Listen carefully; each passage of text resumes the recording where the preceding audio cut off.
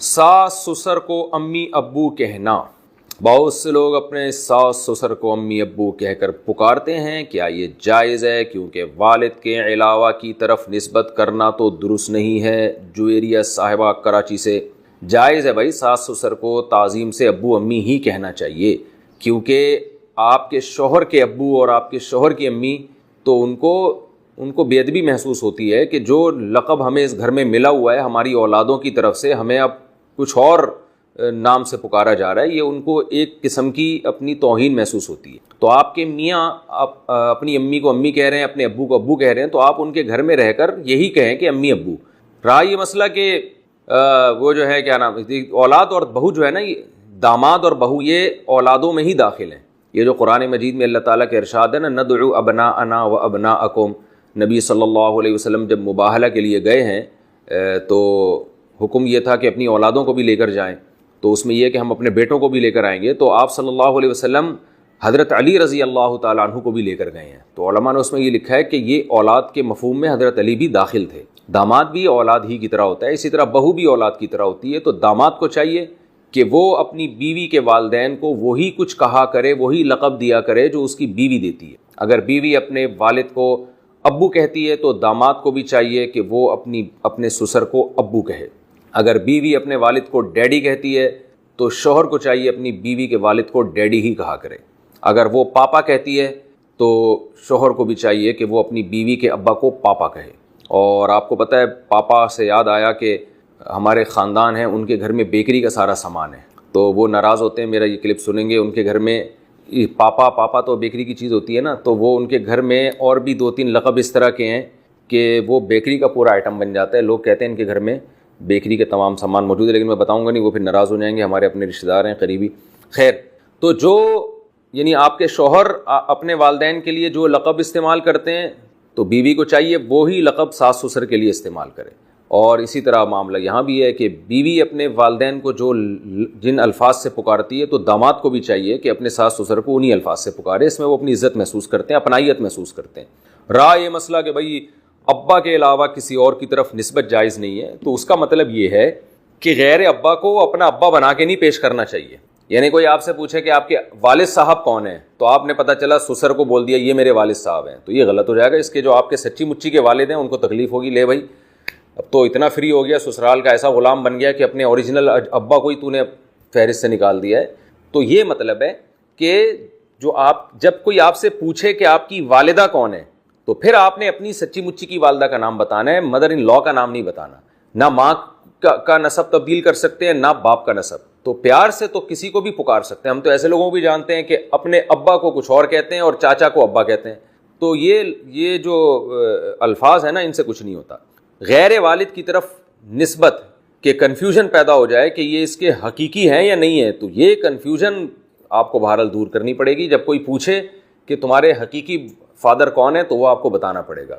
اس کی مثال ایسے جیسے آج کل لے پالک میں ولدیت میں اپنا نام ڈال دیتے ہیں، یہ بہت بڑا جرم ہے، بہت بڑا گناہ ہے۔ میں چونکہ بہت نکاح پڑھاتا رہتا ہوں تو اس میں کئی بار ایسا ہوتا ہے کہ لڑکی کے جو اصل والد ہیں ان کا نام نہیں ہوتا، بلکہ بچی کو بچپن میں جس نے لے کے پالا ہوتا ہے اس کا نام ڈالا ہوتا ہے۔ یہ بہت بڑا جرم ہے۔ سورہ احزاب میں قرآن نے اس سے صاف طور پہ منع کیا ہے۔ آپ صلی اللہ علیہ وسلم کو زید ابن حارثہ سے کس قدر محبت تھی، لے پالک تھے، آپ کے انتہائی چہیتے تھے، مگر قرآن نے آپ صلی اللہ علیہ وسلم کو منع کیا کہ ان کو زید ابن محمد کہنے کی اجازت نہیں ہے، بلکہ یہ زید ابن حارثہ ہی کہلائیں گے۔ ولدیت میں آپ صلی اللہ علیہ وسلم اپنا نام نہیں ڈال سکتے، تو ہمیں کیسے اجازت دے دی گئی ہے کہ ہم سوتیلے بچے کے نام کے ساتھ سوتیلے باپ کا نام ڈال دیں آئی ڈی کارڈ میں اور بے فارم وغیرہ میں، برتھ سرٹیفکیٹ میں اور نکاح نامے میں؟ یہ بالکل غلط ہے، اس کی قطعاً اجازت نہیں ہے۔ ہاں، پیار سے کسی کو بھی کچھ بھی کہا جا سکتا ہے، اس میں نہ اللہ کی طرف سے پابندی نہ گورنمنٹ کی طرف سے، بلکہ ساس سسر کو ساس سسر کے بجائے ابو امی کہہ کے خطاب کرنا چاہیے۔ اس سے ان کو خوشی ہوتی ہے کہ ہمیں عزت دی جا رہی ہے اس گھر میں۔ اللہ نے فرمایا کہ دوڑو، ایک دوسرے سے آگے بڑھنے کی کوشش کرو اس جنت کی طرف جانے میں جس کی چوڑائی آسمانوں اور زمین سے زیادہ ہے۔ انسان کی نیچر میں، طبیعت میں اللہ نے ترقی رکھی ہے،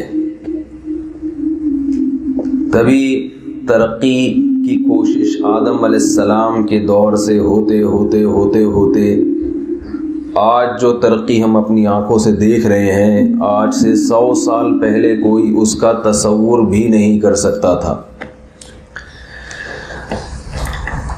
میں یہاں آ کے حیران ہو گیا، آسٹریلیا کا نام سنا تھا، بڑا خوبصورت ملک ہے، لیکن اتنا زیادہ خوبصورت یہ دماغ میں نہیں تھا، اتنا کوئی گرد و غبار کا نشان نظر نہیں آ رہا۔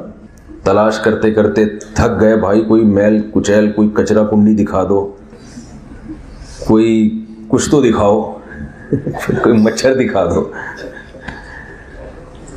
گھر بھی ایسے سلیقے سے تمیز سے بنے ہوئے ہیں، ہوا، دھوپ، روشنی کا مکمل انتظام۔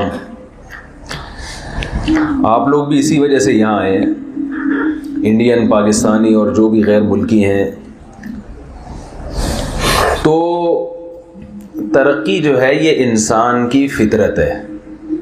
ترقی وہ نہیں کرتا جو سست ہو، جو سست ہوگا نا وہ ترقی نہیں کرے گا، وہ پہلے دن جہاں تھا آخری دن بھی وہیں کا وہیں ہوگا۔ دل اس کا بھی چاہے گا ترقی کرنے کو، لیکن کرے گا نہیں، سستی اور کاہلی کی وجہ سے۔ شاید ہم لوگ اسی میں داخل ہیں، ہمارے جو حکمران ہیں چاہتے ہیں کہ پاکستان، انڈیا اور جو ہمارے دیسی لوگوں کے جو ممالک ہیں وہ ترقی کریں، مگر کرتے کیوں نہیں ہیں؟ سستی ہے، کاہلی ہے، کچھ بھی ہے۔ تو ترقی تو ہر شخص کی فطرت ہے، اور مسابقت ترقی کو نہیں کہتے، بلکہ دوسرے سے آگے بڑھنا یہ بھی انسان کی فطرت ہے۔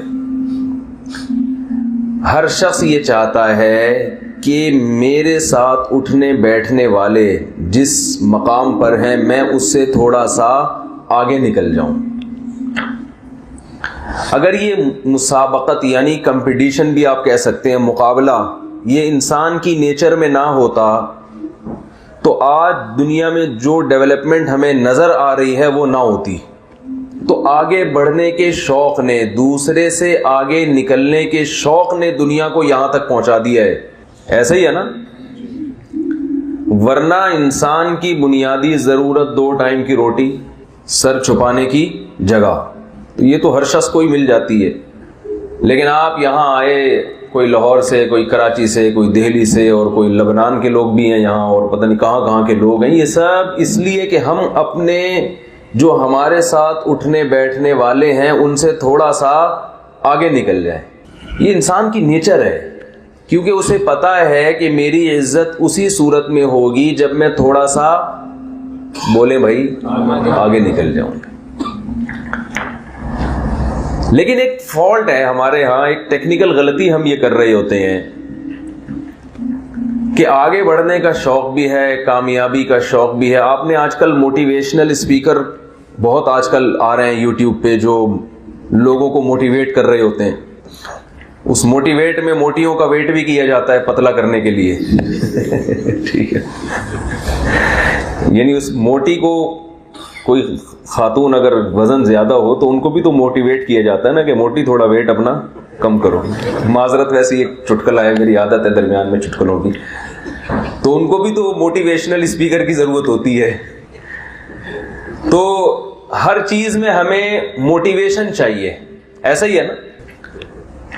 تو جو آج کل یوٹیوب پہ موٹیویشنل اسپیکرز ہیں وہ کامیابی، سکسیس، بس اس کی باتیں کہ کامیاب ہو جاؤ کسی طریقے سے، اور اس کے لیے ہمیں مختلف طریقوں سے موٹیویٹ کرتے رہتے ہیں۔ میں سنتا ہوں کچھ موٹیویشنل اسپیکرز کو جو مذہب کو فالو نہیں کرتے، ان کی موٹیویشن میں جان نہیں ہے، دم نہیں ہے، یعنی وہ کھوکھلی موٹیویشن ہے، اس سے کوئی جذبہ پیدا نہیں ہوتا۔ وہ تھوڑا دیر انسان بیٹھ کے غور کرتا ہے تو وہ پتہ چلتا ہے یہ کھوکھلی باتیں، ان کی حقیقت کچھ بھی نہیں ہے۔ اکثر میں 2-3 مثالیں دیا کرتا ہوں۔ ایک تو سکسیس، کامیابی کی ڈیفینیشن ہی سمجھ میں نہیں آ رہی کسی کے، کامیابی کسے کہتے ہیں؟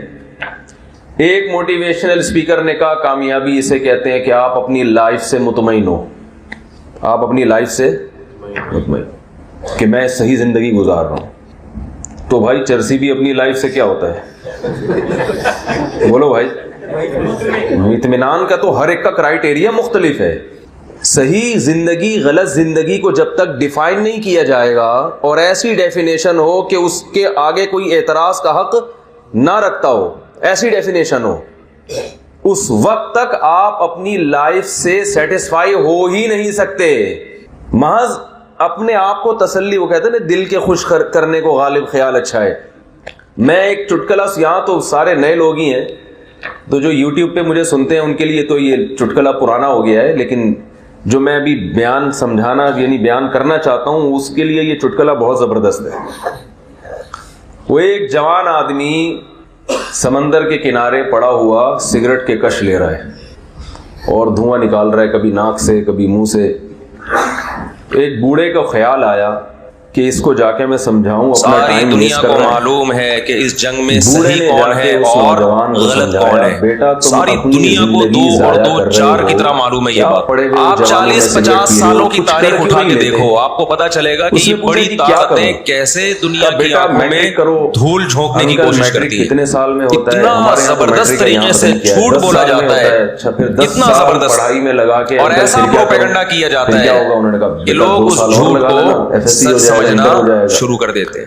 اس وقت دنیا میں 2 بڑی طاقتیں ہیں جو اس وقت تیسری ورلڈ وار کی طرف دنیا کو لے کے جا رہی ہیں. انکل پھر 2 سال آپ کو پتا ہے پہلی جنگ عظیم میں کتنے لوگ ہلاک ہوئے، دوسری جنگ عظیم میں کتنے لوگ ہلاک ہوئے، اور اب جب تیسری جنگ عظیم ہوگی تو ہلاکتوں کا جو ریشو ہوگا، میں سمجھتا ہوں آدم علیہ السلام کے زمانے سے لے کر اب تک دنیا میں جتنی ہلاکتیں ہوئی ہیں وہ ایک طرف ترازو کے ایک پلڑے میں رکھتے ہیں آپ. اور یہ تیسری جنگ عظیم جو اسرائیل کی وجہ سے ہونے جا رہی ہے اس میں جو ہلاکتیں ہوں گی وہ تمام ریکارڈ توڑ دیں گی، اور اس کا ذمہ دار برطانیہ، امریکہ اور اسرائیل ہوگا، جو دنیا میں سب سے زیادہ تہذیب کے ٹھیکیدار سمجھے جاتے ہیں. اس لیے میرے سامنے یہ نہ کیا کرو گورے کے اخلاق بہت اچھے ہوتے ہیں.